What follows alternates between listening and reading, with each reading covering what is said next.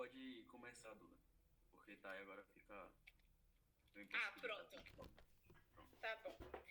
Então, a gente começou a falar, eu lembro que no grupo 2, Morgana falou, Neto falou, Ana Carolina falou.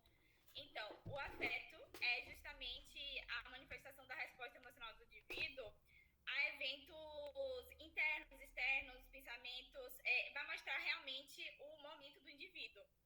Vai ser mais fiável do que o humor. Então, no que se refere ao afeto, a gente ainda pode dividir ele nas alterações em quantitativas e qualitativas quando a gente for avaliar na prática clínica. As quantitativas, a gente pode ter a exaltação afetiva e o embotamento afetivo, que é muito comum, né, a exaltação afetiva a gente vai ver aqui, que é muito comum dos transtornos de humor, e o embotamento afetivo também pode estar presente em alguns transtornos de humores, mas está presente principalmente no transtorno esquizofrênico, né, mais prevalente, assim.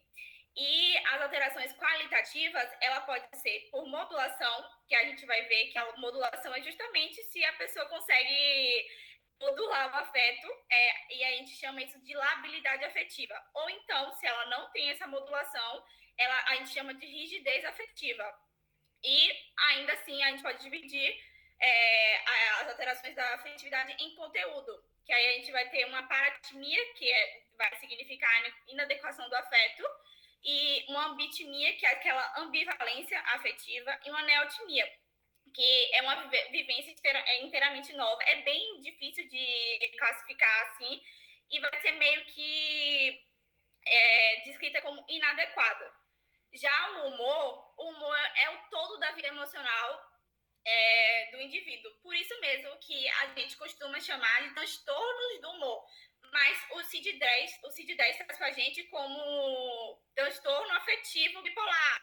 Ele bota transtorno do humor / transtorno do afeto. Então, ele fala que os transtornos do humor são alterações, perturbações do humor ou do afeto, no sentido que pode ser uma depressão ou uma relação, que a gente vai ver, né, que é a exaltação do eu. Então, e no humor, a gente também pode avaliar como vai ser um todo. Esse indivíduo pode estar polarizado, né? Ele pode estar polarizado para negativo, positivo, como a gente vai ver aqui nessa aula hoje, para depressão, hipomania, mania.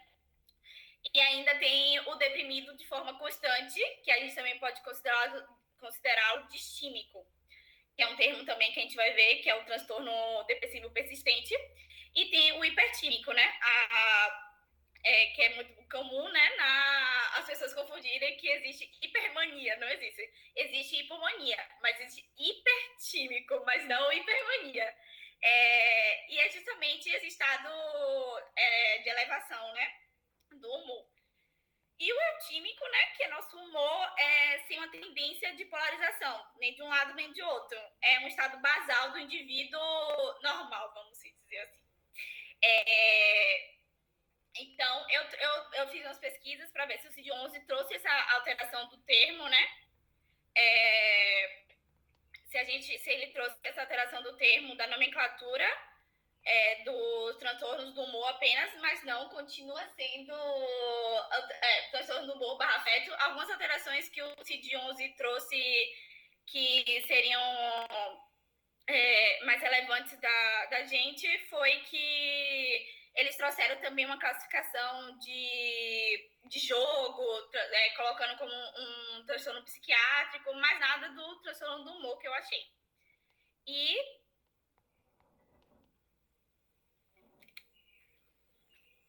é isso.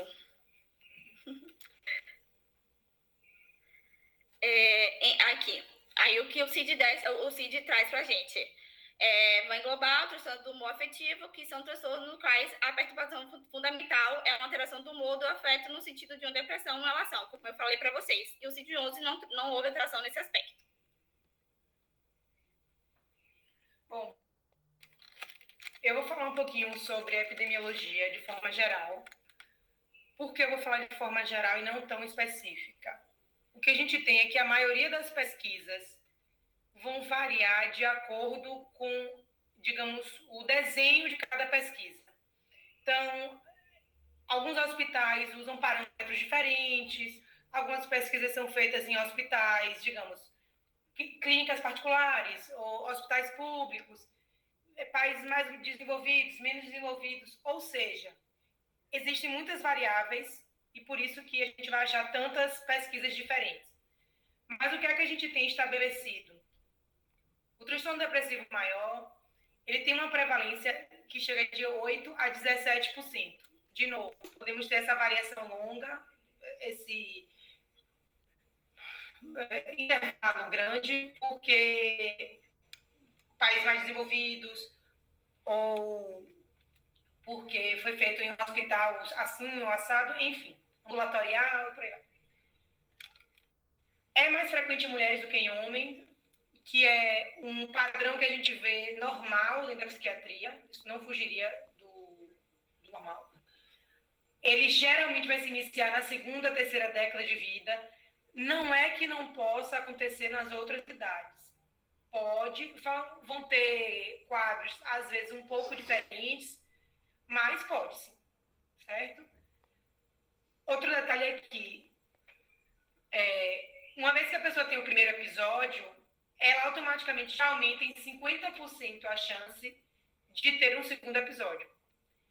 Se ela tem um segundo episódio, aumenta para 70% a 90% a chance daquilo dali ficar refratário, tem mais chance de suicídio, os quadros ficam mais graves, enfim.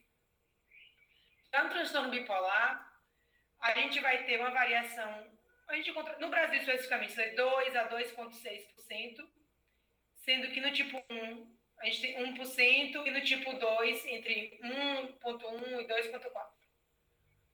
De novo, a gente tem uma prevalência maior em mulheres, uma proporção mais ou menos de 2 mulheres para cada homem, e se inicia mais na juventude, né? De novo, a gente tem aí o início no começo da vida, a gente vai ter outros que vão ser mais para frente, mas esses dois são bem parecidos. Então, continuando, e lembrando também que 2 mulheres para cada homem, mas o tipo 1, a mulher tem mais tendência a apresentar episódios de mania do que o homem. Mas, no geral, a mulher, né, como segue a linha de quase todos os transtornos psiquiátricos, a mulher apresenta mais que o homem. Então, aqui no início, a gente trouxe para vocês logo alterações de disfunções psíquicas que a gente vai ter nos 2 principais transtornos que a gente vai abordar hoje. Então, é importante destacar, primeiramente, que o exame psíquico, assim como o exame físico, o exame físico em uma consulta com o clínico, ele é um retrato do paciente no momento da consulta.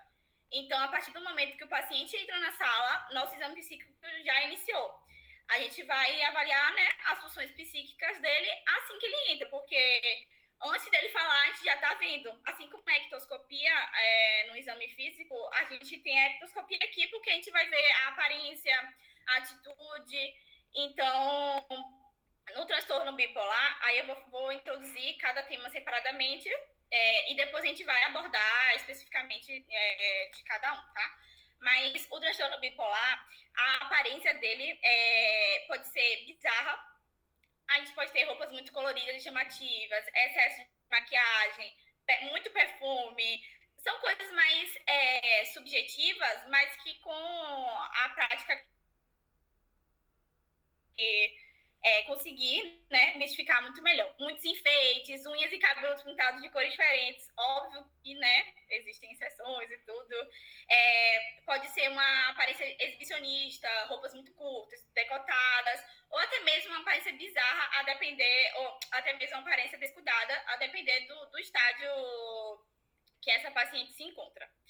A atitude dela pode ser expansiva, pode ser desinibida, pode ser jocosa. Jocosa é aquele termo que a gente usa para um paciente que é irônico, e fica dando piadinha, pode ser arrogante, pode ser hostil. E com relação à psicomotricidade dele, ele pode também estar agitado, obviamente, né? Com relação ao afeto, ele pode ter uma labilidade ou uma incontinência afetiva. Em relação à vontade, ele pode ter uma hiperbolia, né? Porque ele vai estar querendo fazer tudo ao mesmo tempo, uma euforia, aquela alegria exacerbada, aquela relação, né? Que é a expansão do eu. A grandiosidade, pode estar irritado, né? Uma disforia marcante. Isso são critérios que a gente pode ver também, que a gente vai ver lá mais para frente, que são critérios em diagnósticos, alguns que entram como um critério diagnóstico para a gente estabelecer, né? A fechar o diagnóstico.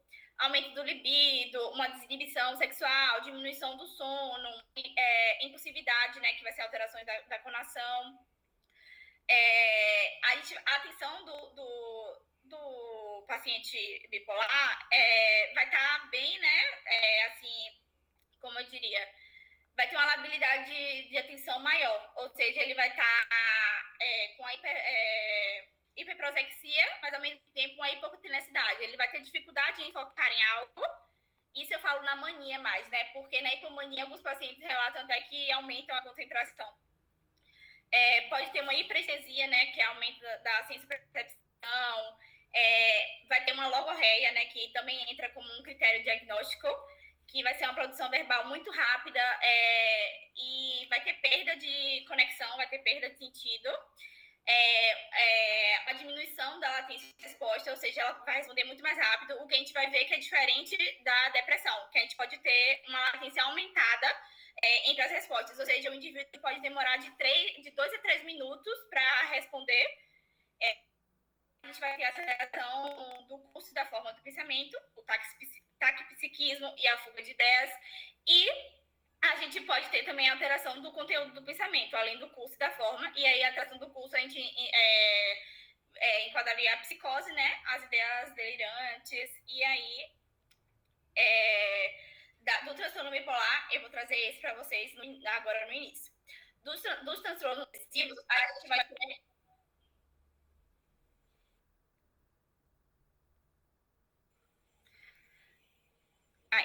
Dos transtornos depressivos, a gente vai ter a tristeza, né? Mas a gente vai também ter que diferenciar essa tristeza como algo fisiológico, uma emoção fisiológica, ou se realmente é. Por isso que a gente vai ter que agrupar em critérios diagnósticos que a gente vai ver lá pra frente. A hipobulia ou a bulia, né? Que também vai ser muito marcante. A gente pode ter o negativismo, a ideação suicida, o aumento da latência das respostas, como eu falei.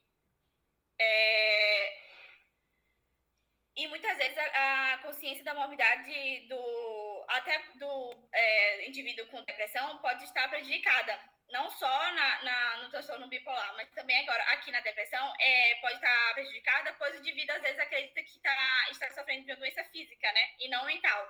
Muitos indivíduos podem apresentar essa característica. Além do aumento da latência de resposta, pode ter uma fala reduzida, oligolalia, uma bradilalia e uma alteração da memória, que a gente vai ver mais lá para frente. Então, o que eu trouxe para vocês aqui é basicamente isso. O que a gente vai observar no exame psíquico do paciente e trazendo uma comparação. Vocês viram que a maioria das respostas, das comparações das funções psíquicas diferem entre si, né? Porque eu trouxe mais do episódio maníaco, que é a polaridade positiva, e o transtorno depressivo, a polaridade negativa. Então, ambos são opostos, né?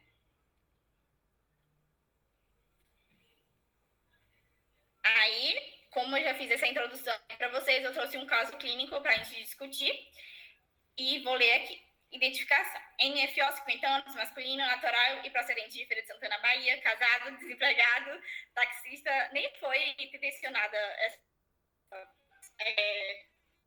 naturalidade aí, Feira de Santana. Taxista como profissão, pai de 4 filhos, esposa, gesta o 5º filho, ensino fundamental completo, evangélico, e vem acompanhado da esposa MNF para consulta. Questão principal, vazio no peito, pensamento de morte. Paciente relata que teve depressão há 16 anos, quando a sua esposa estava grávida do filho mais velho. E há 4 meses demonstra sinais de nova depressão, no período que coincidiu com o evento de AVC da sua mãe. o que resultou em abandono do emprego de taxista para cuidá-la. Refere insônia, perda ponderal de 20 quilos durante o período, cansaço e sem ânimos para atividades diárias. Exame físico. BEG, bom estado geral, perda ponderal de 20 quilos, porém o MC continua normal, MC de 28,6. Sem demais alterações. Exame psíquico. Aparência e atitude. Autocuidado pouco preservado, indiferente, nível de consciência vigio, estado cognitivo, orientado autopsiquicamente e alopsiquicamente, hipovigio, memória imediata prejudicada, prejuízo crítico, pensamento, lentificado, hora bloqueado, com predomínio de conteúdo negativo, com pensamentos de morte, sem delírios aparentes. Linguagem preservada, com paralisia no olhar, sem percepção, sem alterações, humor hipotímico, com afeto hipomodulado não ressonante. Psicomotricidade lentificado. Tá bom. Então, a gente trouxe aqui um caso só para introduzir e vocês acham que seria qual transtorno depressivo? Porque a gente sabe que a gente tem todos esses transtornos depressivos que fazem parte desse espectro depressivo, né? Então, todos esses transtornos podem cursar com rebaixamento de humor. Então, esse caso que eu trouxe para vocês acham que se enquadraria mais em qual transtorno? Participem, viu? Que Lari tá aqui só olhando vocês.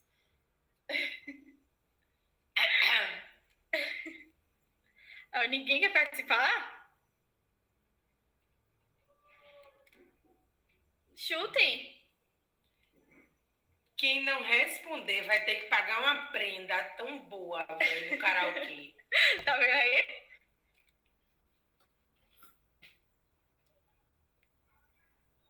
Vou chamar por nome, viu? Que eu sou dessas. Tá parecendo nossas professoras. Aí, ó, Isa falou, transtorno depressivo maior. Obrigada, Isa. Obrigada, amiga. Vitória. Obrigada, Natanael. Isso aí mesmo. A gente pensa mais em um transtorno depressivo maior. Mas por quê? A gente ameaça, já aparece logo. Todo mundo respondendo. Já ia chamar pelo nome. Tá bom, então. Tá bom. Então, agora eu vou falar um pouco dos tipos que a gente tem. Os transtornos depressivos, eles podem incluir o transtorno disruptivo da desregulação do humor. Esse transtorno disruptivo da desregulação do humor é referente à apresentação em crianças com irritabilidade persistente e episódios frequentes de descontrole do comportamento. É tipo aquele descontrole extremo, sabe? E normalmente é diagnosticado para crianças até 12 anos de idade. A gente tem o transtorno depressivo maior, que é o que todo mundo conhece, né? Incluindo o episódio depressivo maior, que aí eu vou diferenciar mais lá na frente como a gente vai fazer essa diferenciação, se o paciente teve um episódio depressivo maior ou se ele já pode ser enquadrado em um transtorno depressivo maior. A gente tem também o transtorno depressivo persistente, distimia, que eu também vou falar sobre ele hoje.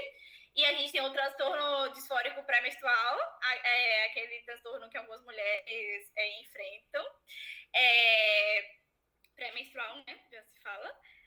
Transtorno depressivo induzido por substância medicamentosa, transtorno depressivo devido a outra condição médica, algum acometimento orgânico, e a gente vai ter que saber classificar ele muito bem, porque algumas patologias vão cursar com sintomas muito semelhantes a sintomas de transtorno depressivo, e ainda assim, outros transtorno depressivo especificado e transtorno depressivo não especificado. São várias classificações, né? Então, é isso. E dentro de cada transtorno desse tem seus especificadores, né? Então, vamos começar pelo que a gente mais conhece, que a gente vai mais ver na prática clínica. Aqui a gente tem os critérios diagnósticos, né? Que vai do A, ele começa já especificando, porque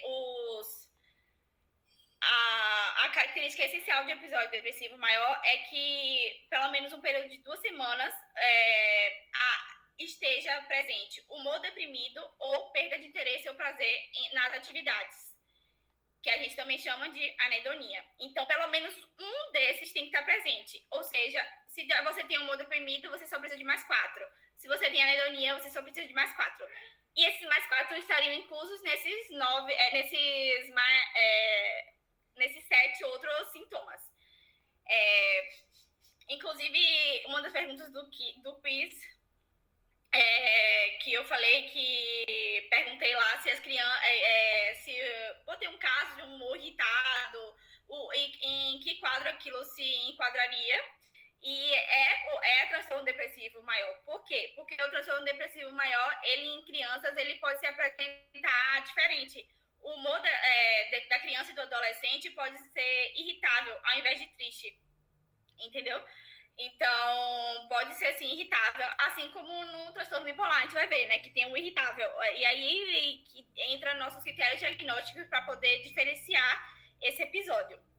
Então, o indivíduo deve experimentar pelo menos outros 4, que vão ser extraídos dessa lista, né, que vai ser incluir a mudança do apetite, do peso, no sono, nas atividades, diminuição da energia, né, que eu já falei, da anedonia, mas também tem a diminuição da vontade, os sentimentos de desvalia ou de culpa, que inclusive pode entrar como um especificador se for uma ideia delirante, né?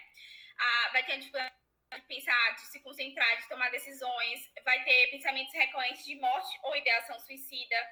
E esses sintomas, eles devem persistir na maior parte dos dias, quase todos os dias, pelo menos 2 semanas consecutivas. Isso, pelo menos 2 semanas consecutivas, vai fechar diagnóstico para episódio depressivo maior. No entanto, para a gente classificar como transtorno, o próprio nome já fala, né? Transtorno, ele tem que transtornar a vida da pessoa.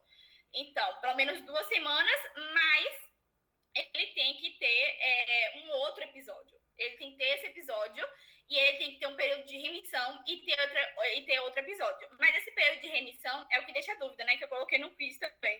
Esse período de remissão, ele tem que ser pelo menos 2 meses sem apresentação de sintomatologia ou, pelo menos, esses 2 meses tem que ser com 2 sintomas leves. Ah, mas se eu tiver 3 sintomas leves, não. Aí já não caracterizaria uma remissão. E sim, uma continuação do episódio. Então, tem que ser pelo menos 2 sintomas leves durante esse período de remissão ou sem sintomatologia alguma.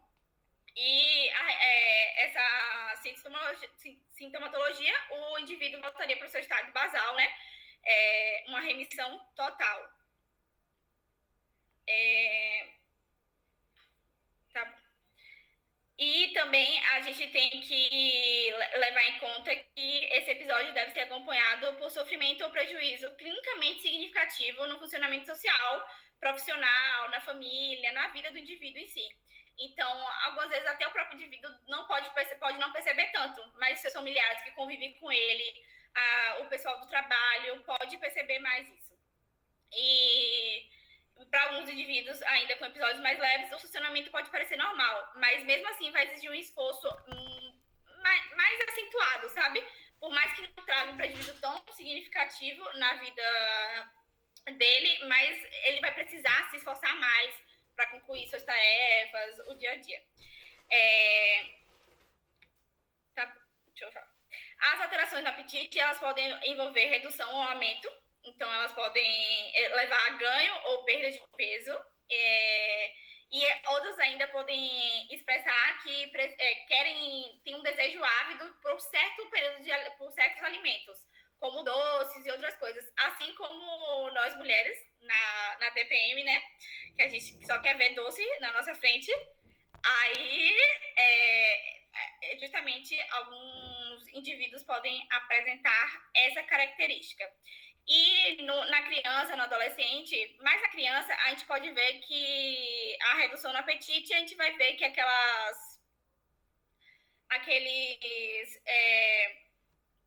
aqueles especificadores que a gente precisa para ganho de peso não vai ser alcançado na tabelinha que a gente vai fazer da criança, do adolescente e tal. Então, a gente pode ter a hipersonia ou insônia. A insônia normalmente pode se apresentar como uma insônia intermediária. Essa insônia intermediária seria que o paciente desperta à noite, mas tem dificuldade para voltar a dormir. Ou então a insônia terminal, que aí ele vai despertar muito cedo e tem a incapacidade de retornar a dormir.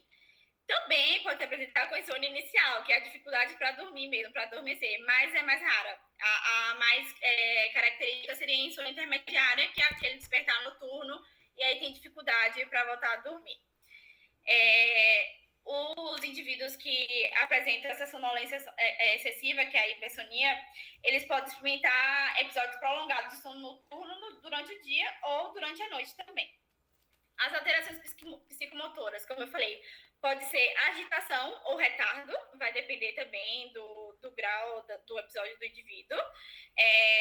A fala vai ser diminuída em termos de volume, em termos de espaço de tempo de resposta, como eu falei para vocês lá no início. E essa agitação, retardo psicomotor, eles devem ser suficientes, graves, a ponto de serem observados por outros, e não um sentimento subjetivo. Essa agitação e esse retardo tem que ser observado por outro, assim como eu falei que os indivíduos familiares do trabalho podem perceber, né? Esse sentimento de desvalia ou culpa associado a um episódio depressivo maior pode incluir avaliações negativas sobre si próprio, né? Preocupações, ruminações, o sentimento de desvalia em proporções muito delirantes, aí seria um especificador. E eu coloquei até como uma pergunta do quiz também, que eu coloquei um especificador que foi episódio psicótico, e aí a gente tem a diferenciação entre humor congruente e humor incongruente, né? Porque a gente se espera no transtorno depressivo que o conteúdo do delírio seja congruente ao humor deprimido. Então, delírios de culpa, de pecado, de pobreza, de fracasso, de perseguição. Diferente se fosse um humor incongruente, que a gente tivesse um delírio grandioso de poder que a gente pode observar no transtorno bipolar. Ou seja, é meio assim incongruente, né? Porque uma pessoa tá se sentindo para baixo, tá deprimida, mas tá delirando que é a Rainha Elizabeth. Amiga da Rainha Elizabeth, que nem Eve foi, né? No processo. E, além disso, essas pessoas ainda podem se apresentar com queixas de memória. E a gente tem um termo bem falado, que é a pseudodemência depressiva, que ela vai ser pode ser confundida com a demência em indivíduos mais idosos, mas quando essa depressão é tratada, a memória volta para a recuperação completa, não tem nenhum prejuízo de memória a longo prazo. Isso porque esse prejuízo de memória ele vai ser secundário à alteração de atenção, porque a gente vai ter uma hipertenacidade, ou seja, aquela pessoa está focada no problema dela, está focada nela, naquilo que está fazendo mal para ela, naquilo que está deprimindo, e está hipovigil, né? Ela não está tão atenta aos detalhes do que está acontecendo no ambiente, em volta de si. Então, os problemas de memória seriam secundários a isso. Então, a pseudodemência depressiva seria relacionada a isso. E os pensamentos sobre morte, ideação de suicídio, tentativa de suicídio, vai variar, desde falar que não queria acordar pela manhã, que às vezes todo mundo tem isso, né? A gente fala às vezes que não queria acordar, até achar que preferia que as pessoas preferissem que ele estivesse morto, até já ter algum plano, né, específico para se matar. E aí, pode passar. Aí tem o sintoma B, que eu já falei, né, que os sintomas têm que causar sofrimentos clinicamente significativos. O C, que está presente em quase todos os critérios diagnósticos de algum transtorno psiquiátrico, que o episódio não é atribuído aos efeitos fisiológicos de uma substância ou a outra condição médica, como eu falei lá em cima também. Não vai ser melhor explicada por outro transtorno. Por que isso? Porque como o humor irritável está presente tanto no transtorno bipolar quanto no transtorno depressivo, se um paciente apresentar hipomania, ele vai ser classificado como hipomaníaco. Se ele apresentar um episódio de mania, ele vai ser classificado... eu falei você hipomania, não. Se ele tiver um episódio de hipomaníaco, ele vai ser classificado como transtorno bipolar tipo 2. Se ele tiver um episódio de mania, ele vai ser classificado como como transtorno bipolar tipo 1, que a gente vai falar mais lá pra frente também.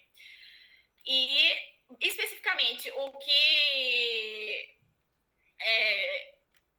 fecha diagnóstico seria de A a C representa um depressivo maior, um episódio depressivo maior. Os outros, o D e o E, seriam para desclassificar, né, as outras intercorrências. E é muito importante também a gente diferenciar o luto da depressão. Muito importante mesmo, porque isso é bem recorrente da gente se questionar, né, como diferenciar, porque no luto a gente pode ter quase todos esses sintomas, só que existe um período para a gente poder avaliar isso, porque é óbvio que o indivíduo ele vai estar triste, vai estar sem querer comer, vai estar com insônia, pensando, mas normalmente tudo isso vai estar ligado à pessoa que ele perdeu. Ou seja, se ele falar que quer se matar, sim, mas por que você quer se matar? Normalmente ele vai trazer para você que ele quer se matar para ficar junto da pessoa que morreu, junto da pessoa que ele amava.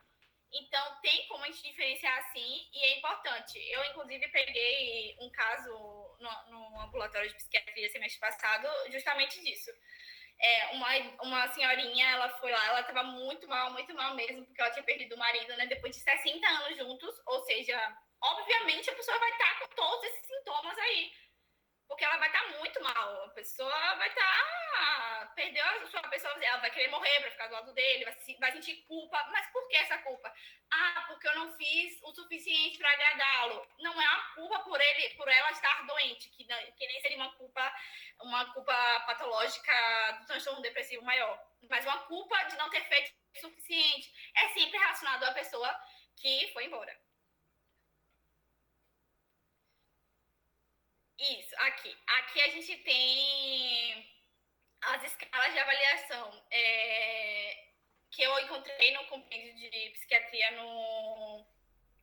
como é que fala? No Kaplan. E eu vi em outros artigos também. As duas acima, o Zhang e o Rusky, eu não sei falar, Lara aí, que é inglesa, ela pode me ajudar. Mas eu vi que essas duas, elas existem, mas não são tão utilizadas na prática clínica. Essa Zhang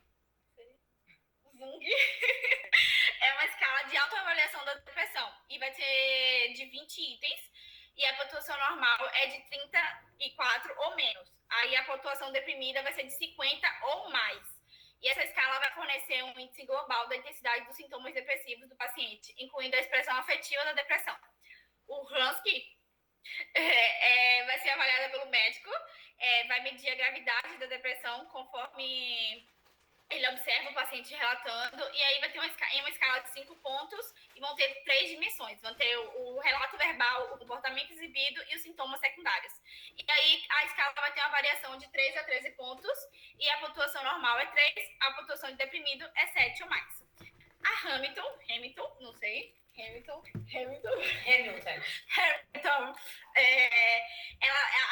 vou simplificar, Handy, que é normalmente o que a gente chama. Na prática clínica, a gente utiliza bastante. Eu também utilizei semestre passado. O professor pediu para a gente utilizar, porque a gente estava com um paciente com depressão psicótica. Então, ele é utilizado para avaliar a gravidade da depressão. E aí tem o Randê com vários números de itens. No compêndio tem falando 24 itens, mas normalmente a gente utiliza de 21 itens. E aí vai ser classificado de 0 a 4 pontos, cada especificador. E aí a pontuação total é de 0 a 76 pontos, né? E aí o médico, a gente vai perguntando e avaliando as respostas do paciente e classificando de 0 a 4. É meio subjetivo, mas aqui traz, não sei se dá para vocês verem, mas se vocês se aproximarem na lupinha, dá para ver um pouquinho. Aí você vai classificando. Ausente, aí é fácil, né? 0. Mas aí, isso. Aí. E aí os sentimentos relatados apenas a ser perguntado.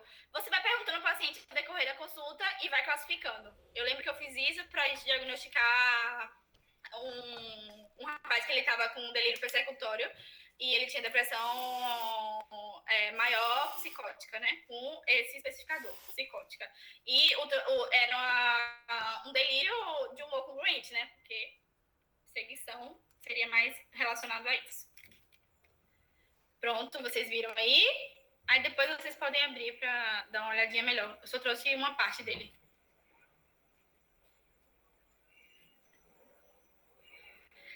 Agora a gente vai falar de outro transtorno depressivo, que também é muito presente, mas pode ser mais difícil de diagnosticar, que é o transtorno depressivo persistente ou distimia. E a gente vai ter uma diferença, porque vai ser humor deprimido na maior parte do dia, na maioria dos dias, assim como o transtorno depressivo maior pode ser indicado por relato subjetivo ou por observação feita por outras pessoas. Mas aqui, ó, tem que ser um período mínimo de 2 anos. Tem isso como uma das alternativas do quiz que a gente colocou lá no Instagram, que o transtorno depressivo persistente, o próprio nome já diz, né? Ele é persistente, então ele tem que ser pelo mínimo de 2 anos. O transtorno depressivo maior, não. Eles são episódios de pelo menos 2 semanas. E aí, mais de um episódio é considerado transtorno. E aqui também, em crianças e adolescentes, o humor pode ser irritável, mas aqui em crianças e adolescentes vai ter uma diferença, que vai ser por um período de 1 ano. Pelo menos 1 ano. Nos adultos, pelo menos 2 anos, com esse humor deprimido, e nas crianças o humor pode ser irritável por pelo menos 1 ano. E enquanto no transtorno depressivo maior a gente precisa de humor deprimido ou anedonia mais 4 sintomas, aqui a gente vai precisar do humor deprimido ou irritável, dependendo se é criança, mais pelo menos 2 características. E aí algumas características são relacionadas também parecidas com critérios diagnósticos da depressão maior. Aqui a gente tem apetite diminuído ou alimentação em excesso, insônia, hipersonia também, baixa de energia ou fadiga, baixa autoestima, concentração pobre ou dificuldade de tomar decisões, sentimento de desesperanças. Aí o C fala, durante o período de 2 anos, como eu falei antes, de perturbação, o indivíduo jamais esteve sem os sintomas do critério A e B por mais de 2 meses.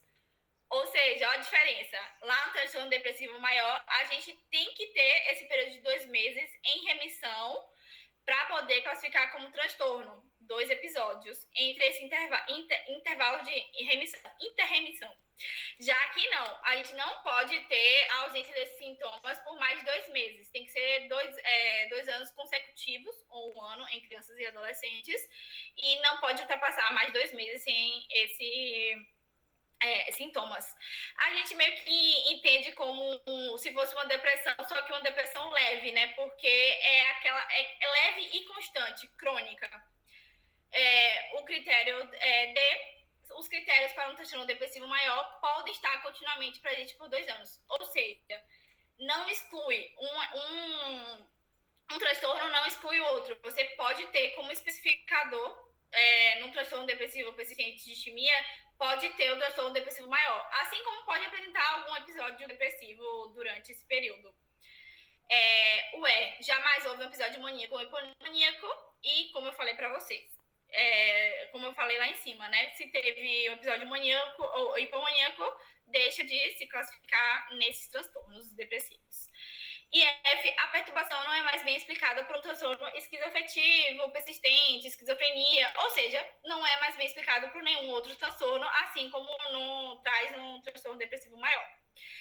O G, os sintomas não se devem aos efeitos fisiológicos de uma substância, assim como lá em cima, ou a outra condição médica, assim como eu falei lá em cima, no transtorno depressivo maior.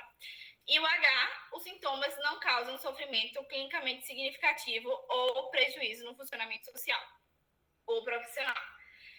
E aí o que eu falei para vocês, do transtorno persistente e transtorno depressivo maior. O transtorno depressivo persistente, os critérios não anula o episódio depressivo maior. Ou seja, se você apresentar critérios dos sintomas suficientes para o diagnóstico de um episódio depressivo maior, em qualquer momento durante esse período, então esse diagnóstico de depressão maior vai ser anotado, mas ele vai ser codificado, ele vai ser separado, vai ser como se fosse não, ele vai ser como um especificador do diagnóstico de transtorno depressivo persistente.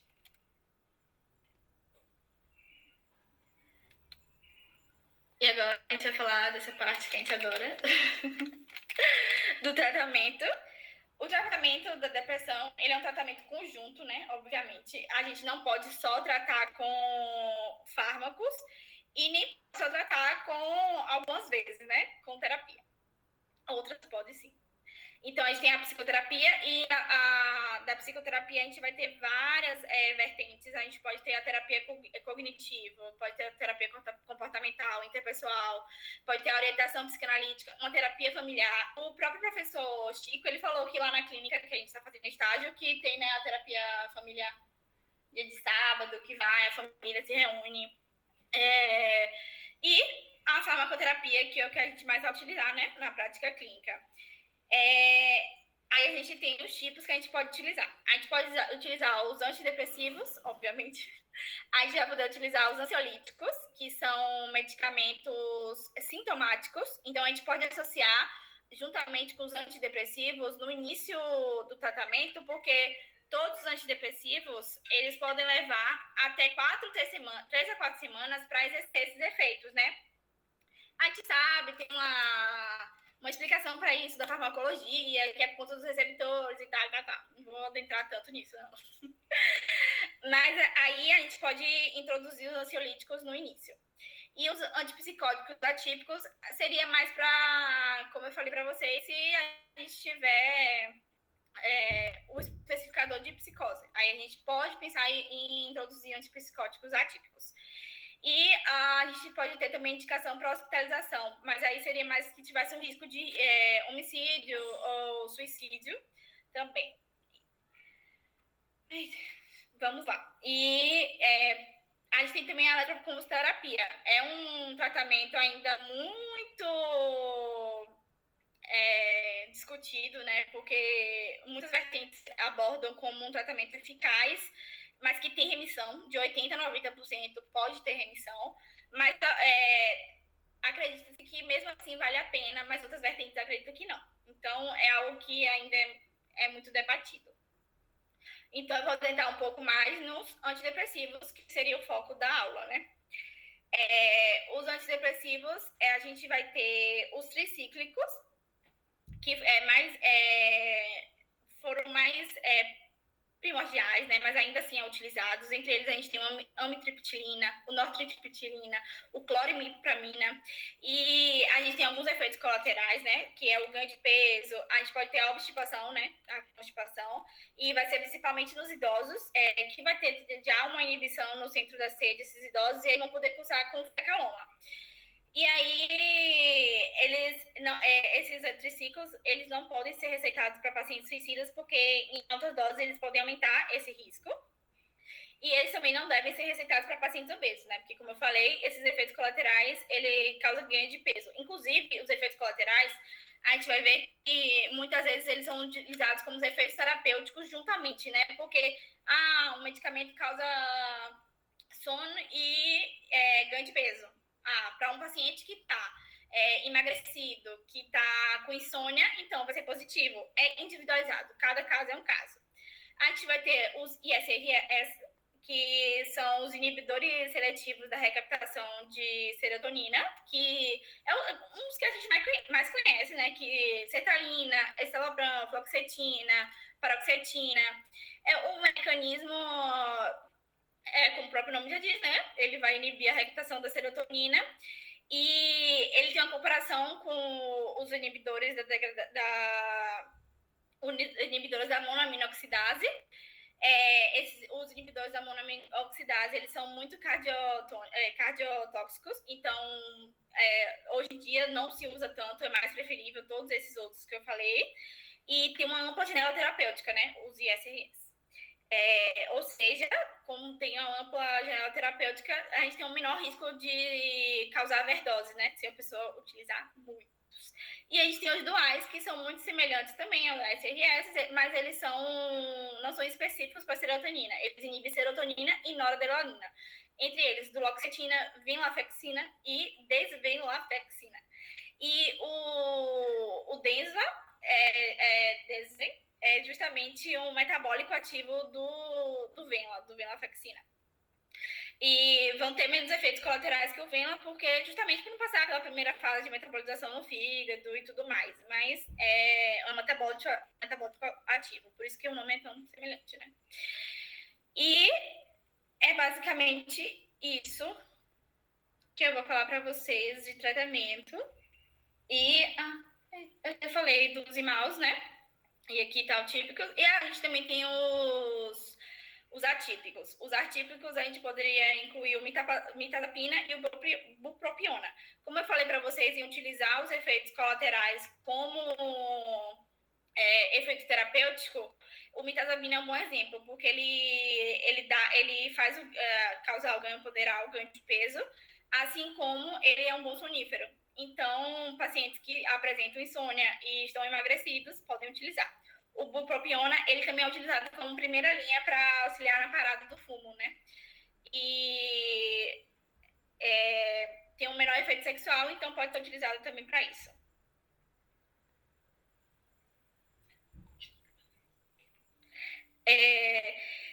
Rapidinho, vou tirar aqui rapidinho e volto. Tá, então eu vou falar um pouquinho aqui dos... Eu não falei do que o mirtazapina, ele bloqueia os receptores serotoninérgicos e também os autorreceptores. Por isso que ele é considerado atípico, porque ele bloqueia também autorreceptor. Já o bupropiona também é considerado atípico, porque ele vai inibir a recaptação de noradrenalina e dopamina. Ou seja, nele não está incluído a serotonina. E como a gente sabe que a fisiopatologia da depressão é muito ligada à serotonina, aí seria um outro tipo, né? Quando a gente tem uma depressão mais atípica, que não respondeu a outros medicamentos. E é importante também te lembrar que a gente sempre tem que utilizar a dosagem máxima recomendada. E aí a gente tem que manter por pelo menos 4 ou 5 semanas antes que essa tentativa seja considerada falha. Ou seja, o paciente não respondeu em 1 mês, 2 meses, calma, a gente tem que esperar um pouquinho para poder ver se esse paciente vai responder. Assim como eu falei que tem aquele período inicial, né, que para ter a resposta e tudo mais. Deixa eu ver o que mais que a gente pode falar. Lari tá tentando abrir aqui, então vou falando por enquanto. É isso. E a gente tem que saber também que um episódio depressivo, se ele não for tratado, ele pode durar de 6 a 13 meses. E a gente tem que ter noção também que existe a profilaxia para o tratamento, né? Porque tratei um episódio, sim, mas vou descontinuar o medicamento? Não. Esse medicamento deve ser mantido por pelo menos 6 meses. E aí, ou então, ainda por cima, a gente pode fazer comparação com o episódio anterior. Se o paciente já tiver apresentado um primeiro episódio ou episódios anteriores. Porque a depender do período que foi esse episódio, a gente continua por um tempo maior. Aqui eu coloquei uma tabelinha com os exemplos de alguns medicamentos que eu já falei para vocês e com seus efeitos adversos. E aí tem as cruzinhas em cada um que apresenta. E é isso. É o seguinte, eu tive que... Não, deixa em cima não. Tive que abrir a câmera porque eu botei a camisa toda especial para a aula. Mas tá. Vamos lá. Agora eu estou aqui com o chat aberto de um lado e estou ouvindo quem vai participar. Vamos lá. É o seguinte, vocês vão basicamente responder se tá certo, se tá errado, ou se por acaso, tipo assim, se depende da sua ação. Alguma dúvida? Bem fácil, né? Vamos lá. O paciente tipicamente bipolar é aquele que varia de humor muito rapidamente, influenciado pelo ambiente externo momentaneamente. Isso está certo? Isso está errado ou depende da situação? Eu gosto de uma língua participativa. Muito bem. Erradíssimo. Como a gente falou mais cedo, o humor não é aquela coisa que você vai... Olha essa frase. O humor não vai ser afetado pelo momento, por uma coisa externa pontual. Isso é afeto. O diagnóstico de transtorno bipolar é reservado e só confirmado depois que o paciente tem pelo menos um episódio de elevação de humor e um episódio de humor relaxado. Isso foi quiz, viu? E aí? Bipolar confirmado só depois de um episódio de elevação de humor e um rebaixado. Não vi ninguém respondendo ainda. Errado, falso. E aí? Não precisa? Vanessa está pensando, pense. Errado. Está errado. Por que está errado? Não quero saber desse pessoal que só vem repetindo os primeiros, não. Por que está errado, dona Vanessa? A senhora que pensou bastante do transtorno bipolar? Eu falei qual era o tipo? O tipo 1 sim, Rosinha, mas eu não falei que era no tipo. Agora, tá errado porque não é absoluto, né? Então, assim, a frase em si tá como se fosse algo absoluto. Mas cuidado para na hora que você justificar, você não falar, porque precisa de mania. Eu não estou especificando qual é, certo? O paciente com transtorno bipolar tipo 1 pode ter episódio de depressão, de mania e de hipomania.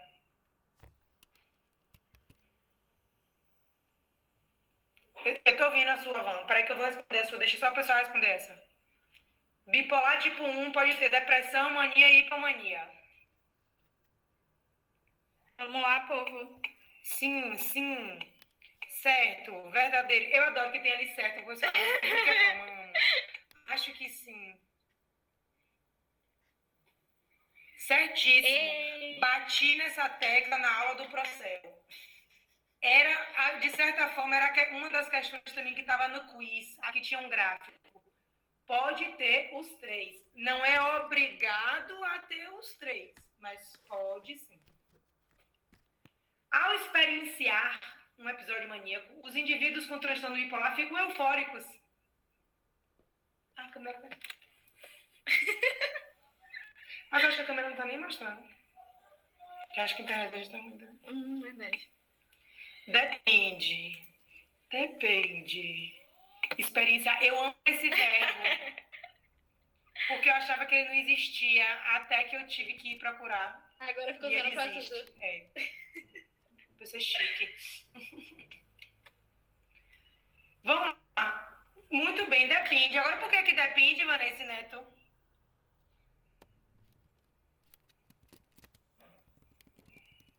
Vocês lembram que Duda, inclusive, já falou sobre isso? A gente pode ter quadro que o humor da pessoa vai estar irritado. E não eufórico. A gente tem outras apresentações desse humor. Então, vai depender. Tipo 2 é um quadro mais leve que o transtorno bipolar tipo 1. Quem errar essa, vou ficar chateada, triste, chorar. Não, isso, Van. Rosinha, como assim depende? Pode abrir o áudio se quiser. Gente, é o seguinte, vocês estão demorando para responder essa. Então, vamos lá. É porque a aula é um pouco longa mesmo, então vamos lá.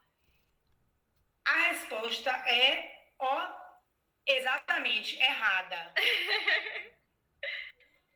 O seguinte, cuidado com isso. O DSM-5, e qualquer livro decente que você pegue, vai fazer questão de tirar essa ideia de que o transtorno tipo 2 é mais leve que o tipo 1. Eu também falei um pouco sobre isso rapidamente na aula do Procel. Então é o seguinte, o quadro de hipomania, o episódio hipomaníaco, ele é mais leve do que o episódio maníaco. Mas o transtorno tipo 1, tipo 2, não é um mais leve do que o outro. Principalmente pela questão da depressão. No tipo 1, você vai ter a mania, que é um episódio mais, deixa eu ver, sintomático, vou dizer assim, mais grave, mais exuberante do que o episódio hipomaníaco. Mas o episódio de depressão do tipo 2 é muito mais importante do que no tipo 1. Tanto é que no tipo 1, depressão não é obrigatório e no tipo 2, sim. Tipo 2 só fecha o quadro, só fecha o diagnóstico se tiver o quadro depressivo. Então, é como se fosse assim, o hipomaníaco em si,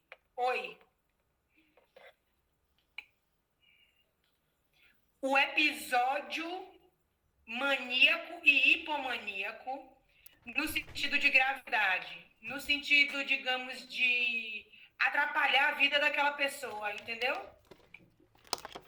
Agora, o transtorno, não, porque a depressão é maior no hipomaníaco. Então, não é que a pessoa ela vai ter a vida mais tranquila do que o tipo 1, não, porque a depressão dela vai ser tão grave, que às vezes vai ser mais grave do que o tipo 1. Entendeu?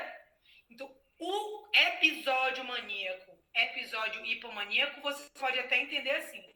Mas cuidado, porque essa fala de um transtorno bipolar tipo 2 é mais leve que tipo 1, essa frase está errada e o DSM faz questão de frisar isso. Por isso que eu trouxe ela, beleza? Alguém ficou com alguma dúvida nessa?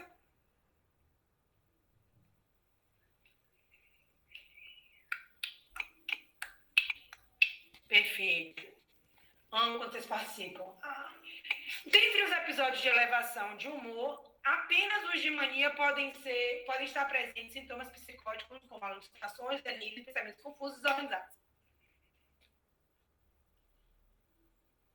Elevação de humor, só na mania tem sintomas psicóticos como alucinações, delírios, pensamentos confusos e desorganizados.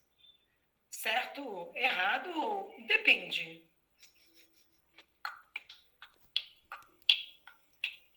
Diga, mulher. Mulher. Tá pensando. Vou de novo, bem calma.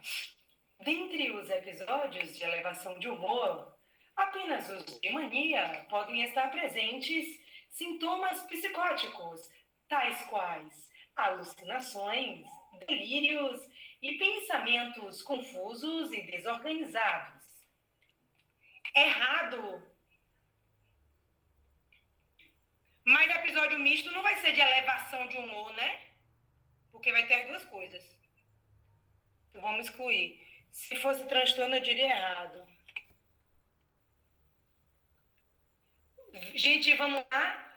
Vou botar vocês para pensarem diferente. Qual é o outro episódio de elevação de humor?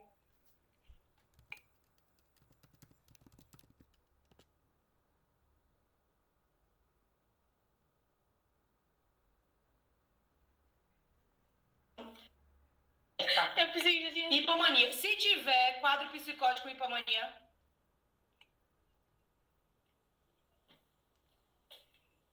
Certíssima. Não tem nada psicótico lá, Malu. Alucinação, delírio. Eu quero meu prêmio em dinheiro, viu? Em 2017, um estudo publicado pela... Tá falando aqui. Quem falou? Em 2017, um estudo publicado pelo The New England Journal estabeleceu a relação hereditária como forte fator preditor do distúrbio bipolar, né?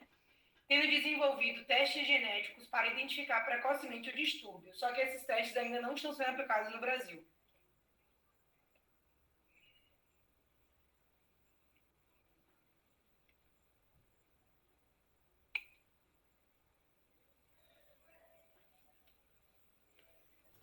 Bela botou certo.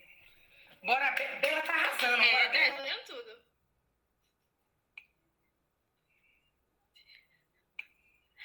Foi a Vanessa que tinha falado naquela hora. É o seguinte, deixa eu contar um segredo pra vocês. Completamente errado, gente. Isso aí, fontes... Em vez de ter Google Images, devia ser fontes da minha cabeça, vozes da minha cabeça. Inventei grandão.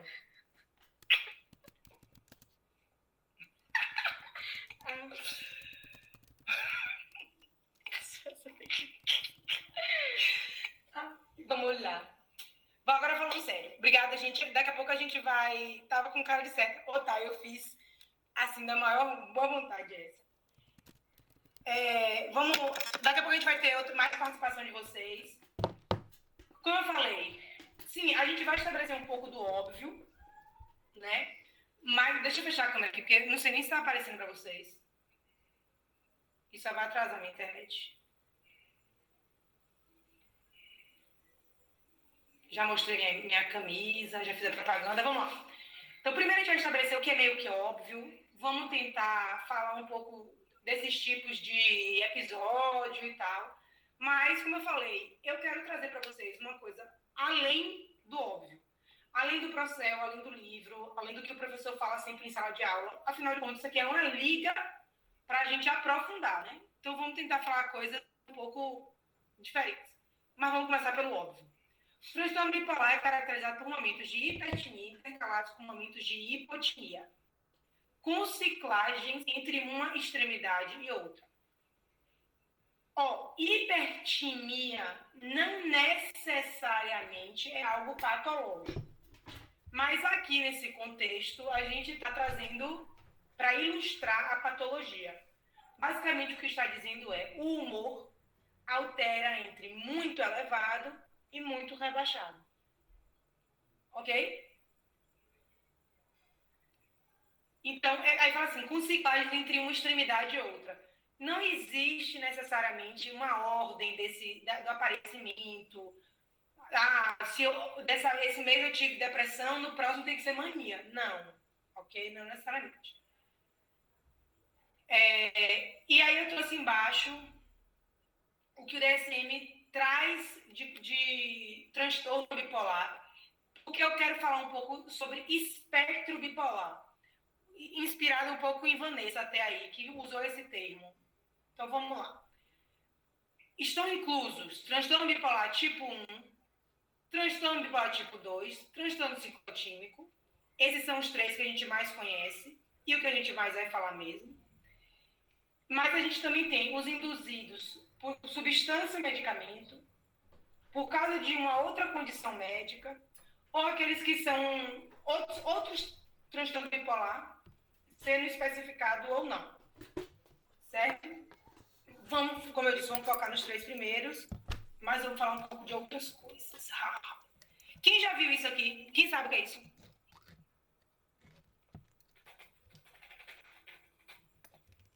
Trilha sonora. Dica do quiz, viu? Ninguém quer participar comigo, estou arrasada. Gente, é o seguinte, esse B, essa linha reta, é como se fosse o humor basal do cidadão, ou da cidadã. Certo? Se vocês olharem, esse azul aqui, pontilhado em cima e pontilhado embaixo, eu quero que vocês entendam isso como se fosse a variação fisiológica, como o Duda falou, a variação normal. Certo? Então, é normal um dia você estar mais feliz do que outro dia mais triste do que o seu normal. Por exemplo, minha casa está possuída, a rede elétrica da minha residência está possuída pelo ritmo ragatanga. A internet funciona do jeito que ela quer, tá? E já sabe disso, inclusive. Eu estou normal hoje? Não, é normal que você esteja mais revoltada. Não quer dizer que eu estou patologicamente revoltada. Mas talvez eu esteja.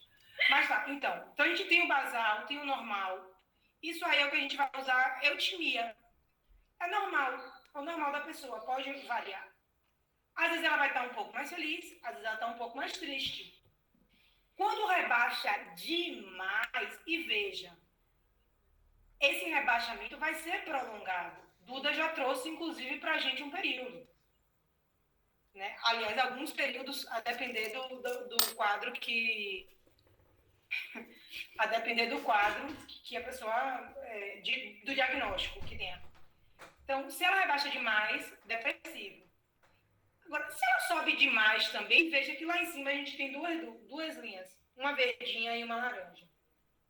Você pode subir demais e ter um quadro hipomaníaco.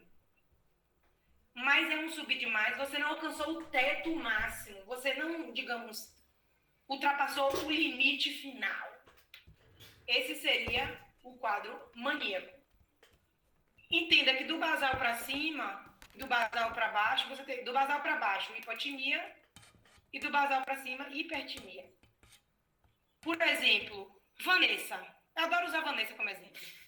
Porque ela é de boas, é porque ela é de boas. Aí, gente, Vanessa estava lá de boa no dia do reggae da gente. Inclusive, passou meia hora tentando desenrolar um diabo e uma corrente. Vocês viram ela ficar puta em algum momento? Ficou de boa, quando ela se estressou, gente, não, toma aí. Faz resolve isso aí pra mim. Continuou na resenha e tal. Ela é uma pessoa, entre aspas, hipertímica. Fisiologicamente hipertímica.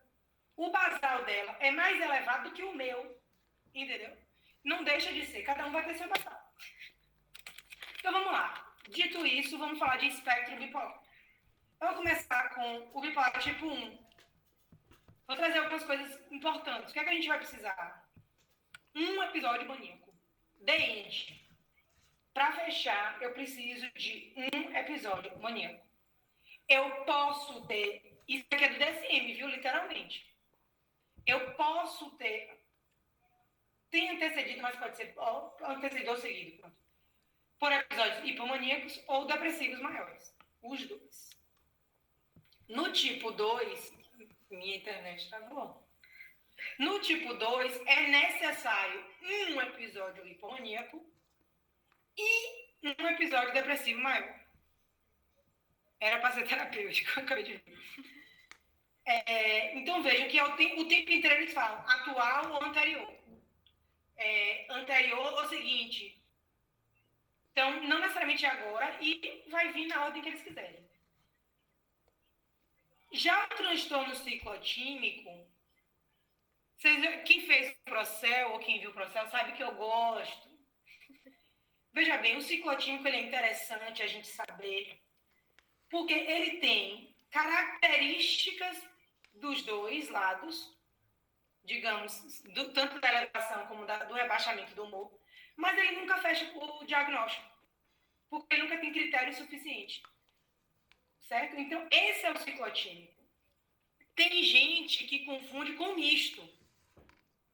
O misto, você tem critério.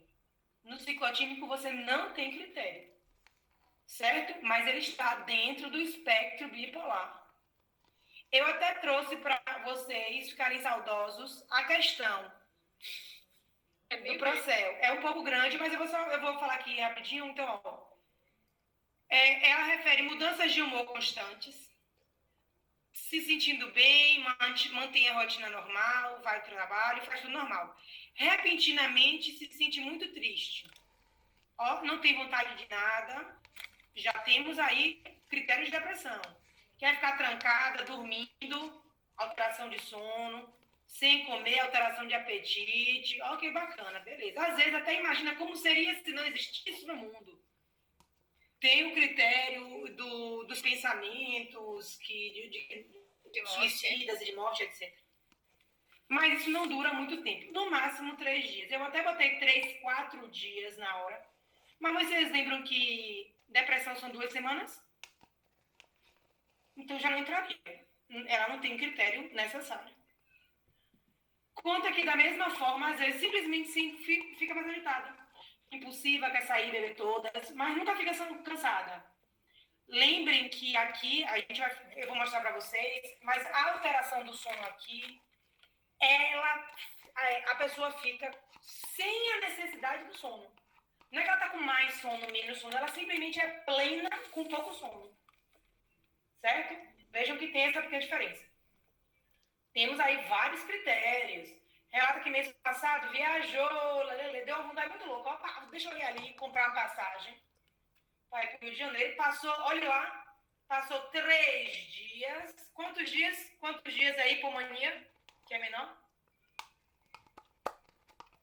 Não precisam lembrar, não, porque eu vou mostrar daqui a pouco, mas só para que a resposta é para vocês. Um anjo soprou aqui para vocês 4 dias. Aqui eu não alterei, não, só alterei de cima. Passeando, gastando, curtindo. Quando voltou, levou advertência, a namorada acabou com ela. Olha os prejuízos. Prejuízo profissional, prejuízo no relacionamento interpessoal dela. Não sabe como vai pagar a conta do cartão. Então, a gente vai. Agora, isso é mania ou hipomania? Não cabe a gente falar agora, porque cada caso é um caso. Mas ela tem o mínimo, que é o tempo? Não. Ou seja, ela não fecha critério para nenhum. Ela é psicotímica. Beleza? Quem tinha errado essa questão no Procel, entendeu essa questão agora? Essa foi uma das questões que eu percebi que o pessoal mais errou e, tipo assim, errou frustrado. Digamos, pô, eu estudei isso aqui e não consegui. O detalhe estava no tempo. Não tinha critério necessário para fechar o quadro. Certo? Eu ainda botei ali o histórico familiar, não dei uma engabelada em vocês e tal, beleza. Vamos lá. Outros que a gente tem aqui, o DCM vai falar isso em todos. Nunca vai entrar normal, digamos. Nunca vai ser o diagnóstico clássico. Se tiver sido induzido por substância, por medicamento, por outra condição médica. Nunca vai ser isso bem elaborada. O melhor é que eu... Desculpa, gente. É porque... Eu delay aqui. Então, percebam que isso vai se repetir o tempo inteiro. Duda já trouxe nos 2 de depressão que ela trouxe. Vai aparecer aqui o tempo inteiro. Enfim. Vou falar sobre isso. Agora, isso daqui é muito bacana. Isso é uma das partes que a gente vai, além do DSM, além do óbvio, além de algumas aulas. No mundo teórico, certo? Da psiquiatria, nas discussões de pesquisa, digamos, a gente já tem proposta do tipo 3 e do tipo 4. Como eu disse, propostas, ideias, né? Pesquisas. Não vai achar isso no DSM, óbvio. E muitos livros também não vão trazer. O que seria esse tipo 3 e tipo 4? Eles querem colocar novos personagens dentro desse espectro para englobar casos que não estão em nenhum daqueles que já existem. O tipo 3 seria hipomania associada a antidepressivos. O que significa isso? Pensem comigo. Eu acabei de falar sobre isso. Se a pessoa está num episódio de hipomania que foi induzida por uso de medicações antidepressivos, vai entrar como quadro de hipomania clássico? Não. Né? Muito bem, Bela. Não vai entrar, vai ser excluído. Mas o que é que os pesquisadores, Akisco e Pinto, o que é que eles defendem? Eles defendem assim. A pessoa que está tomando antidepressivo, ela até tem depressão. Né? Em tese. E aí, ela tomou aquele remédio e ela teve, entre aspas, uma virada. Hoje, o DSM exclui essa pessoa do diagnóstico de transtorno bipolar tipo 2. O que eles defendem é que a gente está deixando de tratar esse paciente, porque mesmo com a... É como se a virada não justificasse a exclusão do transtorno bipolar. Porque esse paciente continua precisando receber tratamento para elevação de humor. Então, é como se eles entendem que há uma falha de assistência para essas pessoas. Então, eles não estão nem propondo que entre no tipo 2. Eles estão propondo um novo tipo. Vamos dar tratamento também para essa pessoa. Já o tipo 4 também é bem interessante, é a depressão hipertímica. Gente, é o seguinte, isso aí a gente sabe, bem clássico. Aquelas pessoas que são muito animadas, aquelas pessoas... Aliás, vou dar um exemplo muito pessoal e muito triste da minha vida pessoal dessa semana. Essa semana eu perdi uma amiga. Ela era uma das pessoas mais felizes que eu conheci na vida. Ela teve câncer, várias pessoas que trabalhavam com a gente não sabiam que ela tinha câncer, porque ela só andava sorrindo. Ela era uma pessoa muito expansiva, não é expansiva de, tipo, de gritar e tal, porque ela não era, ela era toda tranquilinha. Mas eu digo assim, ela era aquela que dava aquela risada, aquela gargalhada expansiva, que participava, brincava com todo mundo e tal, tererê. Ela não pode ter depressão, não? O quadro de depressão dela vai ser igual à depressão de uma pessoa normal? Então, temos aí também essa proposta para englobar, como tem lá em cima, esses pacientes que são um pouco diferentes. Aliás, a ideia de tratar como espectro é exatamente ampliar características que não estão no DSM. Certo? Aqui é só uma tabelinha para vocês verem, digamos assim, as confluências, eu fazendo o gesto, tá mal? As confluências, mas não vou abordar muito isso não. O que eu queria trazer para vocês é que a gente também geralmente não fala muito, são os especificadores. E aí, por que eu faço questão de trazer ele? Porque, como eu disse, muita gente troca psicotímico por características mistas. Bom, em primeiro lugar, especificadores, a gente vai ter alguns que têm código e outros que não têm código. Eu dei uma misturadinha aí, mas não tem problema não.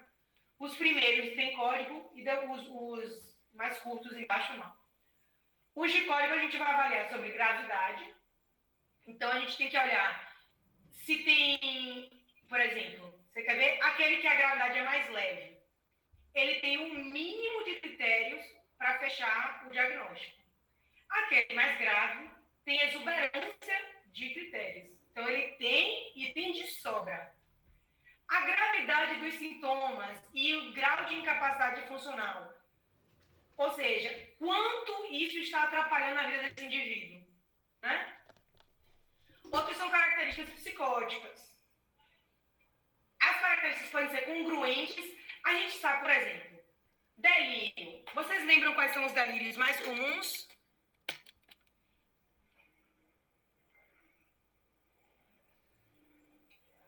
Perseguição, boa, Bela. Eu falei, né? Estou mais cedo, viu? Duda está aqui, né? Chegou lá pra vocês, rapaz. Grandeza, muito Isso, bem. tá vendo a Vitória? Eu tava prestando atenção. Puxou o saco aqui, gente. Muito bem, Bela, você foi na rápida. Trouxe um diferentão. Yeah. Vamos lá, brincadeira. Brincadeira, amiga. Você também arrasou com o seu da grandeza. Mas, enfim. Esses são os comuns. É como se fosse assim, são ideias congruentes. Né? São psicoses congruentes. Mas você também pode ter os incongruentes, que são aqueles que fogem de um padrão de delírio. E até aqueles casos que tem um misto. Algumas ideias são congruentes com a psicose de grandeza, de perseguição, de riqueza. E outras não, são coisas mais loucas. A gente também tem remissão parcial ou total, certo? A gente vai trabalhar com um prazo aí de 2 meses. E o nome já meio que esclarece, né? Não vou falar muito sobre isso, não. Com sintomas ansiosos, é outro também autoexplicativo. Você vai pegar os critérios de ansiedade, basicamente. Eu fiz um texto unido, assim. Depois eu boto no drive da Liga. Quem não for da Liga pode pedir depois por fora, não tem problema não. Mas, enfim, você vai pegar basicamente os critérios de ansiedade e vai ver quem tá ali e quem não tá. Então, é interessante a gente ver aqui que os diagnósticos, eles não se excluem. Mas, nesse caso, você não está fechando um quadro de uma pessoa ansiosa. É um quadro de bipolaridade. Mas, junto ao quadro de bipolaridade, vem sintomas ansiosos. Certo? Ciclagem rápida. Vocês lembram que a ciclagem é mudar de um polo para o outro. Sigo fazendo gesto. Ciclagem é mudar de um polo para o outro. O que é ciclagem rápida? 4 em um ano. Pelo menos 4 em um ano. 2 de mania e 2 de depressão? Não necessariamente. certo? Pode ser um de depressão, um de mania, um de hipomania e o outro de hipomania de novo. E no ano que vem mudar tudo de novo. Enfim, não interessa. Com características atípicas, esse daí é interessante porque, assim, ele antigamente era mais importante, digamos. A gente tinha um quadro típico do bipolar e as pessoas que não entravam naquele quadro eram ditas como características atípicas. Hoje em dia elas não são tão atípicas assim, principalmente se a gente tem os extremos das idades. Então, como eu falei, é mais comum você ter os sintomas diferentes. Início no periparto, meio óbvio, né? Pode ser um pouco antes, pode ser no parto, pode ser um pouco depois. Pode, inclusive, gente, isso é importante, você pode ter mais de um especificador. Por exemplo, você pode ter um início no periparto com características psicóticas. Por exemplo, a mãe, com depressão pós-parto psicótica, acha que o filho é um alienígena e vai matar o menino. Certo? Olha o delírio entrando, olha a psicose entrando, né? E tudo ali em relação ao periparto. Características mistas é o seguinte. Você tem dois tipos de quadro. Ou você tem elevação de humor, ou você tem rebaixamento de humor. Até aí, tudo bem? Tudo bem. Como você não me responde, eu estou Tudo certo. Você tem todos os critérios, fechou o diagnóstico bonitinho para um quadro de mania. Mas junto a ele, você tem alguns critérios de depressão. Você tem um episódio com característica mista. Um episódio hipomaníaco ou maníaco com características de depressão. Ou o contrário, você fechou o episódio como depressivo, mas é como se fosse assim, o cerne daquele episódio é depressivo, mas tem algumas características extras de elevação, certo? Diferente do ciclotímico. Aqui você fecha um dos dois diagnósticos e tem o extra. O ciclotímico não fecha nenhum dos dois. Características melancólicas, o nome também é bem autoexplicativo.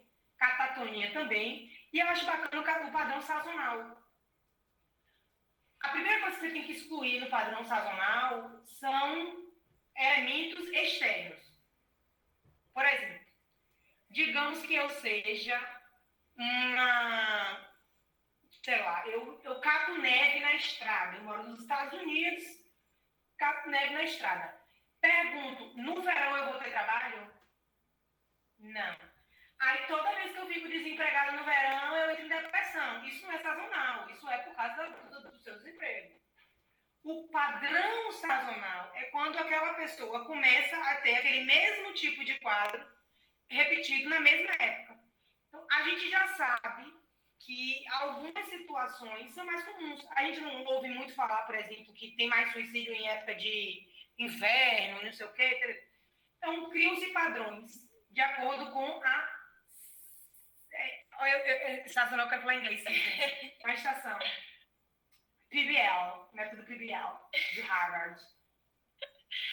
Quem estava me encontrando sabe. Vamos lá, falar dos critérios. A gente já sabe que tem... Eu não vou falar de novo de episódio de depressão, por favor, vocês acabaram de assistir a aula de Duda. Vou falar só de elevação, hipomania e mania. Gente, eu quero que vocês me respondam, porque eu já dei essa aula. Em relação ao humor desse ser humano, como é que vocês esperam? Participa, gente. Não quero saber do povo só conectado no online, não. Não é logar aqui e ir embora, não. É levado dela.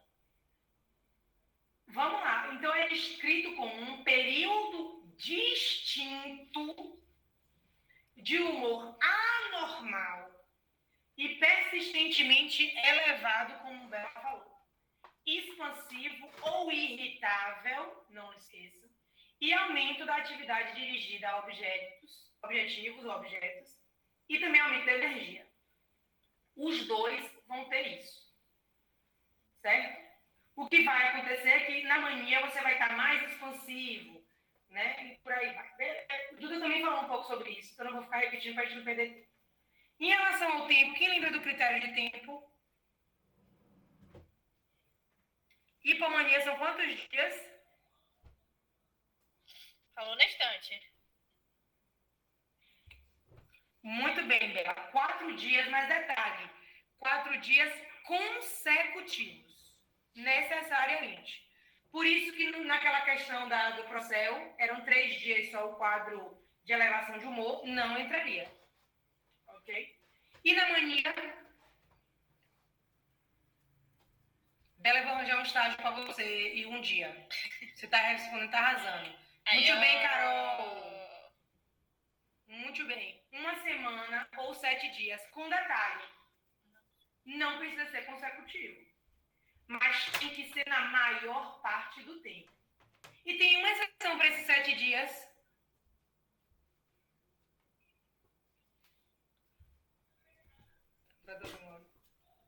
Qual é a exceção? Pô, Carol, meteu agora. Chegou chegando. Muito bem. E hospitalização. Se a pessoa deu um surto, saiu com a roupa no meio da rua, se metendo no meio do carro, você vai esperar bater 7 dias? Eu semana de prova. Pode me internar. Não pode internar não, porque não pode levar o computador para fazer a prova.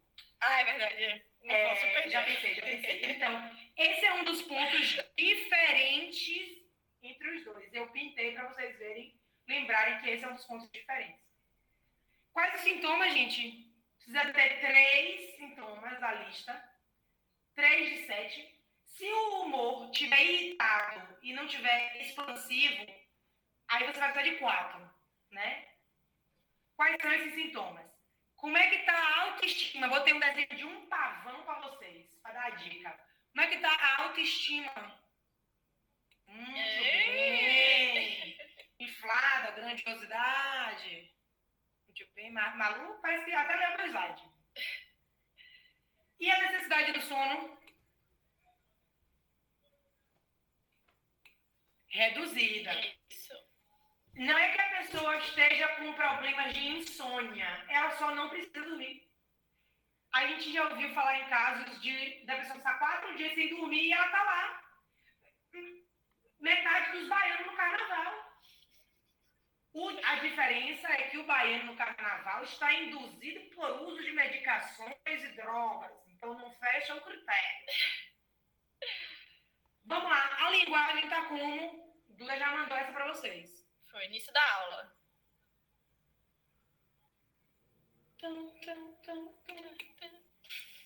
Loquacidade, ansioso para falar. Isso, logorreia. Eu gosto assim. E o pensamento?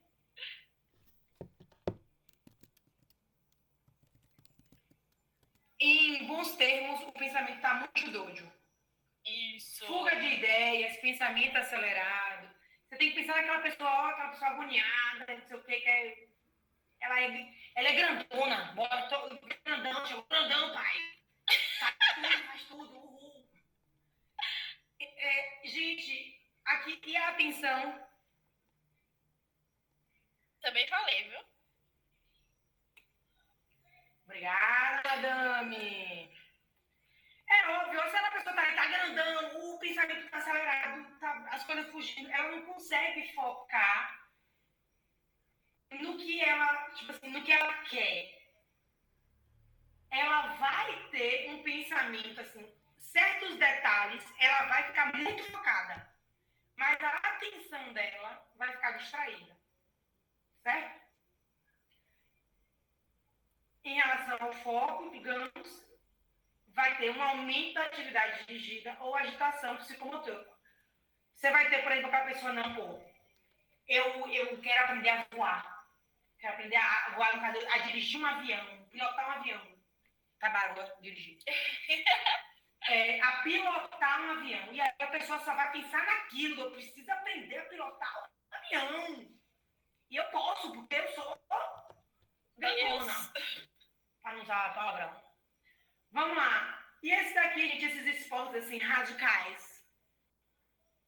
O cara tá grandão, acha que sabe fazer tudo. Ele começa a se meter em atividades que podem ser perigosas ou podem trazer prejuízos. Naquele caso da prova, vocês viram que eu coloquei que ela saiu farreando com todo mundo e ela gastou dinheiro que ela não tinha. Ela foi para o aeroporto, comprou a passagem, gastou horrores, foi para 1000 festas, nem dormiu, voltou cheio de dívida. Isso não deixa de ser um prejuízo, né? Mas isso também pode ser, tipo, um esporte radical. Ela resolveu agora que quer virar piloto de Stock Car. Aí vai ficar dando volta na estrada, enfim. Percebam, está em branco, está no meio. Ou seja, são iguais para os 2 episódios. Agora, em relação ao prejuízo, temos uma outra diferença. Na hipomania, ele é considerado episódio de hipomania, não é transtorno bipolar tipo 2. Já expliquei isso, só frisando. O episódio de hipomania não é suficientemente grave, ou seja, não tem psicose.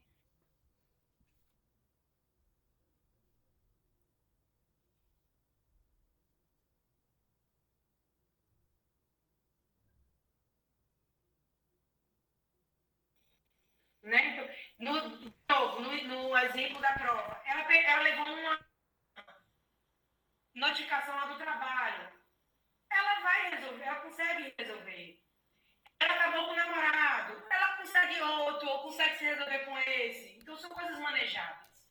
Já na mania, não.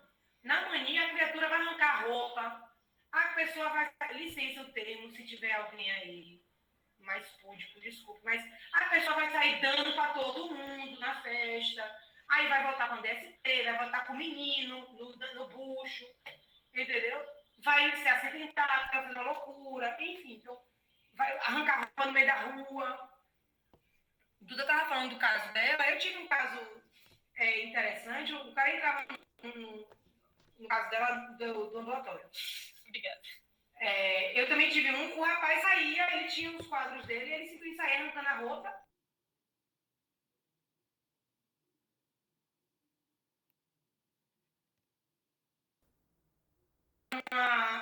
Em um bairro que tinha muitos traficantes, ele foi expulso do bairro, perdeu o emprego e por aí vai. Então, olha como o prejuízo é muito maior. Ô, Lari. Lari, Diga, nega. é Malu aqui. Deixa eu perguntar um negócio.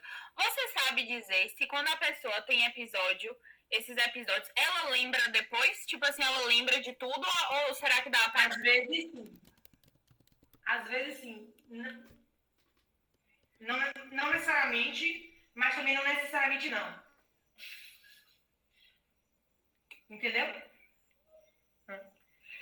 Os que têm mais essa perda de memória vão ser os mais psicóticos. Os mais comuns, assim, a pessoa tem noção do que rolou depois. É que momentaneamente é como se fosse o limiar dela de ousadia está alterado.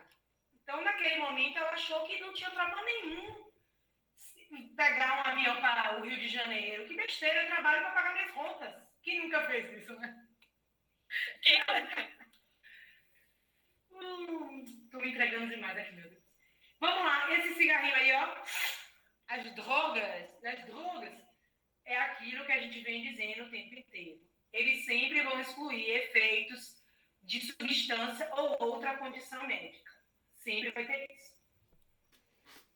Alguma dúvida aqui nos critérios? Foi só uma revisão que a gente já tinha falado, isso aqui é mais batido. Eu trouxe uma observação, é o seguinte. Na descrição do episódio de hipomania, a gente sabe que o DSM ele traz critérios A, B, C, D, E e por aí vai. Então, a gente está aqui mais ou menos na ordem atrás. O A é o período distinto, o B, C, os sintomas. Aí vejam que na hipomania eles botam. O episódio está associado a uma mudança clara no funcionamento que não é característica do indivíduo quando é sintomático. Veja bem, a gente não precisa falar isso, porque em vários outros momentos já é mencionado. Como, por exemplo, a distratibilidade pode ser tanto percebida como assumida pelo paciente, digamos. Para quase todos aí você vai ter isso. Quase todos. Essa, por exemplo, o cara numa mania, arrancando a roupa no meio da rua. Quem é que vai perceber que ele está em mania? É o outro ou é a pessoa? Ah, não, peraí, eu estou arrancando minha roupa aqui, eu devo estar em mania. Óbvio que não. A perturbação no humor e a mudança no funcionamento são observáveis por outras pessoas. É a mesma coisa. Então, eu não botei ele aqui, mas trouxe só para vocês não acharem que eu esqueci deles. Beleza? Vamos de teste. Quero participation.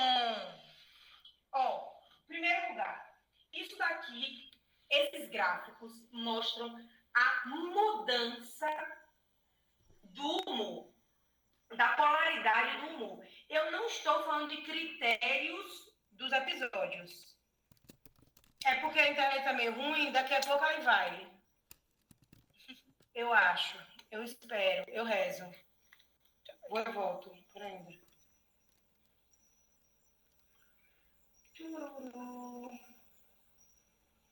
Ah, viu, olha a hora também. Tá, agora é rápido, só vão ser os exemplos do gráfico. É porque a parte de tratamento não fala. Gente, travou de verdade.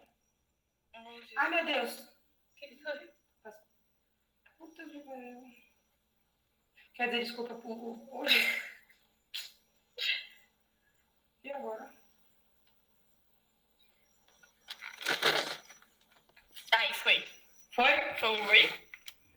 Ah, lógico que eu saí do negócio.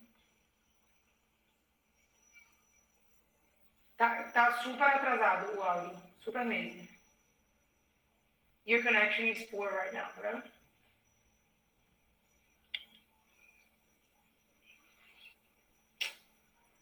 Pô, velho.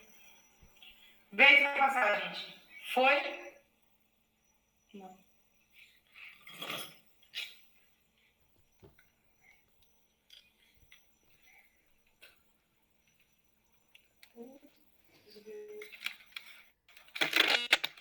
É porque a internet aqui tá ruim. E aí não tá indo pra vocês.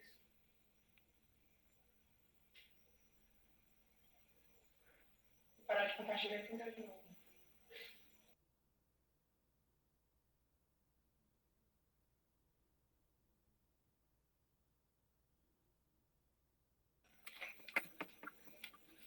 Foi? Foi?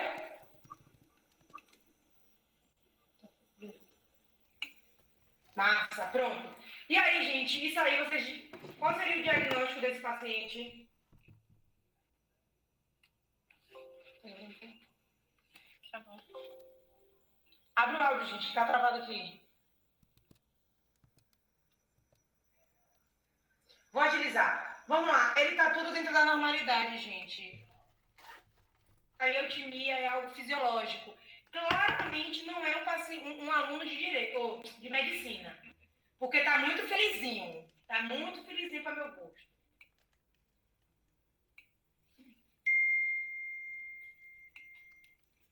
E esse...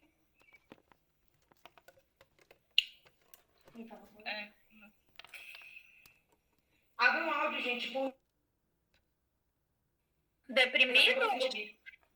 Deprimido, Lari? Obrigado. Depressão, ele só tem um rebaixamento, inclusive, além do fisiológico. E agora, meus anjos? Hipomania. Por quê? Porque tá na faixinha verde, e se tivesse na vermelha seria mania. E tá cíclico. Tem episódios depressivos e tem a mania. E aqui? Eita. Gente, aqui não é transtorno bipolar. São episódios isolados de hipomania, mas não fecha o critério. Beleza?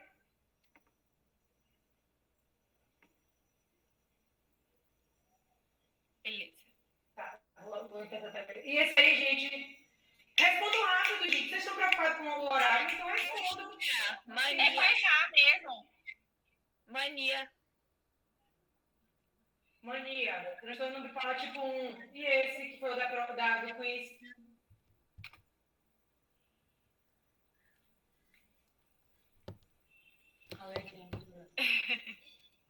Vamos, gente!